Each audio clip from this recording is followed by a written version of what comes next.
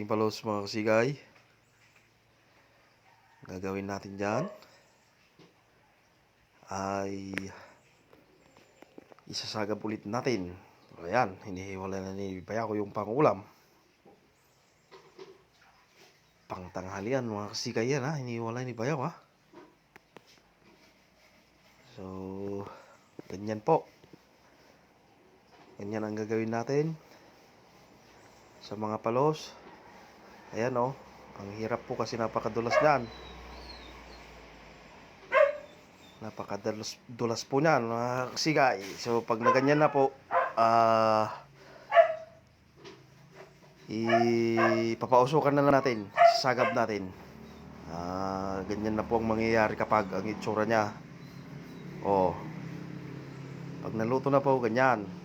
So ayan, dadalhin na po natin yan sa Cotabato. Hindi na po kasama yung saluyot, yung palos lang mga kasigay. So may isang Tupperware na rin. Alright.